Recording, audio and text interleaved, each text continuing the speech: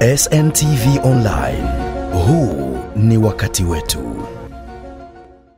Makamu wa pili wa rais wa Zanzibar Mheshimiwa Hemed Suleiman Abdullah amesema katika kuhakikisha matumizi mazuri ya ardhi na makazi yanafikiwa, ni wajibu wa kila mmoja kuwa tayari kuyapanga vizuri maeneo yao ya ardhi na makazi ili kuweza kuwavutia wawekezaji wakubwa duniani kuja kuwekeza visiwani Zanzibar. Amesema hayo katika hafla ya ufunguzi wa maonyesho ya wiki ya ardhi na makazi yanayofanyika katika uwanja wa New Amani Complex Zanzibar. Amesema Wizara ya Ardhi na Maendeleo ya Makazi inapaswa kufanya majukumu yake kwa uweledi mkubwa na kwa haki ili kutimiza wajibu mkubwa kwa matumizi bora ya ardhi na makazi itakayotoa mchango mkubwa katika maendeleo ya Zanzibar. Zanzibar ina maeneo mazuri ya kuvutia zikiwemo sehemu za fukwe ambazo zikitumika vizuri kwa uwekezaji wa mahoteli, villas na real estate zinaweza kuleta tija kubwa kwa nchi yetu. Ili kuhakikisha matumizi mazuri ya ardhi na makazi yanafanikiwa, ni wajibu wetu kuyapanga vizuri maeneo yetu ya ardhi na makazi ili tuweze kuwavutia wawekezaji wakubwa duniani kuja kuwekeza katika visiwa vyetu. Jukumu hili kubwa na muhimu lipo chini ya wizara yetu hii ya Ardhi na Maendeleo ya Makazi kwa kushirikiana na taasisi mbalimbali za serikali na sekta binafsi. Kupitia wiki hii ya ardhi, wananchi na wadau wengine wanaweza kupata fursa mbalimbali kama ifuatavyo: kuelewa mchakato wa kumiliki ardhi na makazi kwa njia halali na sahihi kwa matumizi mbalimbali ikiwemo makazi, uwekezaji, huduma na kadhalika. Kuelewa taratibu za kupata huduma za usajili wa ardhi, kupimiwa, upatikanaji wa hati, utambuzi, uhaulishaji na ushauri wa kitaalamu juu ya masuala ya ardhi na makazi. Kupata elimu kuhusu ujenzi salama, mpangilio wa miji na makazi rafiki kwa mazingira. Kupata uelewa kuhusu kujiunga katika jumuiya ya makazi ya pamoja, condominium, na faida zake.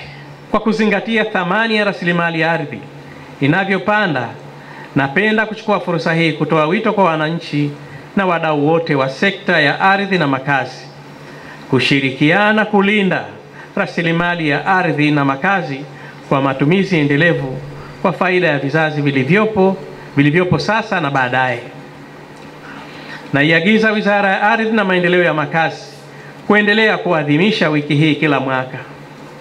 Naamini kuwa kwa kushirikiana na taasisi nyingine za serikali na sekta binafsi, maadhimisho ya wiki hii yataimarika kwa kiasi kikubwa na kujumuisha wadau wengi zaidi, hivyo kuleta tija zaidi ndani ya nchi yetu.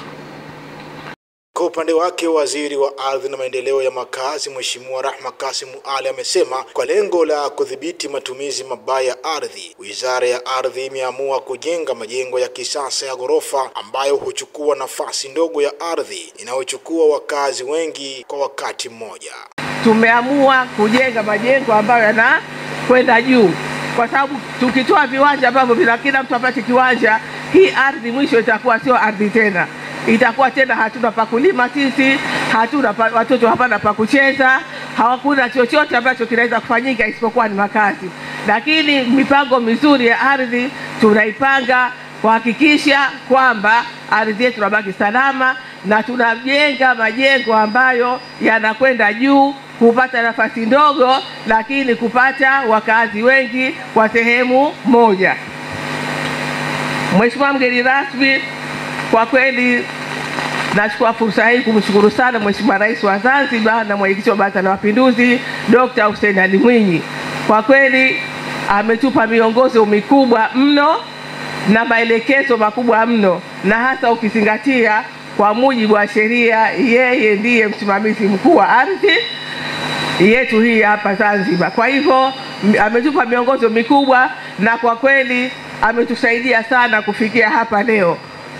Tukiangalia upande wa Kamisheni ya Ardhi, ilikuwa iko katika hali si nzuri sana, utoaji wa huduma ulikuwa si mzuri sana, lakini kwa kweli tunashukuru sana tumepata vitu vingi, tumepata vifaa vingi, tumepata magari mengi ya kwenda kufanya kazi, na kwa kweli kamisheni kwa sasa hivi kwa kweli wanafanya kazi vizuri.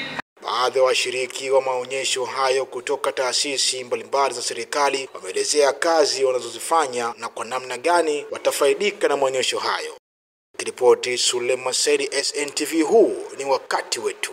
Subscribe, bonyeza alama ya kengele kupata habari nyingine kama hizi. Pia usisahau kulike na kushare. SNTV Online, huu ni wakati wetu.